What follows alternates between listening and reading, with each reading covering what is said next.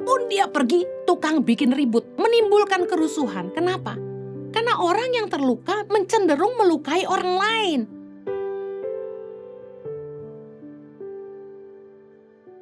Yang kedua, apa yang membuat hati kita penuh kejahatan? Kepahitan. Ibrani 12 ayat 15. Jagalah supaya jangan ada seorang pun menjauhkan diri dari kasih karunia Allah, agar jangan tumbuh akar yang pahit, yang menimbulkan kerusuhan dan yang mencemarkan banyak orang yang suka pahit sama orang lain. Dendam, benci, nyimpen amarah, kekecewaan dalam hatinya. Hatinya penuh dengan kepahitan dan kebencian. Dia itu biasanya tukang bikin rusuh, tukang bikin ribut. Dikatakan menimbulkan kerusuhan. Kemana-mana pergi bikin ribut. Ke gereja A bikin ribut, ke gereja B bikin ribut. Ke komunitas A bikin ribut, ke komunitas B bikin ribut. Kemanapun dia pergi, tukang bikin ribut, menimbulkan kerusuhan. Kenapa? Karena orang yang terluka cenderung melukai orang lain. Perkataan firman Tuhan gini, Matius 15 ayat 18 bilang gini, apa yang keluar dari mulut berasal dari hati, dan itulah yang menajiskan orang. Ayat 19, karena dari hati timbul segala pikiran jahat, pembunuhan, perzinahan, percabulan, pencurian, sumpah palsu, dan hujat. Ucapan mulut kita meluapnya dari hati. Dengar baik, kalau hati kita pahit, kecenderungan apapun yang kita keluarkan dari mulut kita pasti menyakitkan orang lain. Pasti negatif. Orang niatnya baik, nangkapnya negatif. Gak ngomong, sekali ngomong nyelekit. Melukai orang-orang di sekitarnya. Itu orang-orang yang hatinya pahit. Selalu nyakitin orang dengan omongannya sendiri. Orang yang pahit pasti tukang bikin ribut, bikin rusuh, dan mencemarkan banyak orang.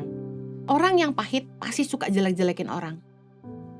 Pasti suka iri sama orang. Mencemarkan banyak orang tuh gini, orang yang pahit pasti akan membuat sekelilingnya jadi pahit juga. Orang yang sakit hati akan melahirkan generasi sakit hati. Barisan sakit hati biasanya berkumpul dengan orang-orang sakit hati. Apa yang terjadi? Kita mencemarkan banyak orang. Kalau kita tidak mau yang lahir dari hidup kita tuh kejahatan, bikin rusuh, iri hati, kedengkian, ayo jangan simpan kepahitan. Ampunilah orang-orang yang telah melukai kita. Nggak ada untungnya kita luka dan kita simpan luka. Karena hidup kita akan kita korbankan. Orang yang menyimpan kepahitan sedang mengorbankan dirinya sendiri. Mengorbankan masa depannya, kesehatannya. Nggak ada yang baik yang lahir dari kepahitan. Malah bikin penyakit diri sendiri.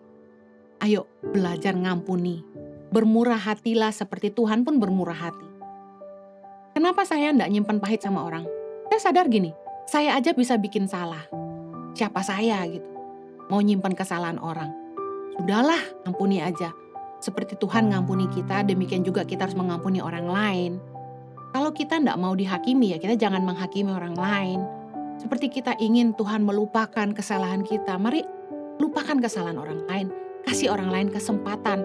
Jangan pernah hakimi orang atas kesalahan mereka di masa lalu, karena setiap orang itu bisa berubah.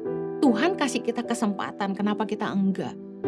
Ampuni kesalahan orang lain, jangan pernah simpan kepahitan. Kita yang rugi, enggak baik buat kita sendiri. Ibadah Onsite Impact Community Indonesia, terhitung sejak tanggal 16 Oktober 2022, akan berpindah dari Hotel Santika ke Mall of Indonesia atau MOI lantai P3 Kelapa Gading. Kami menunggu kehadiran Anda bersama kami.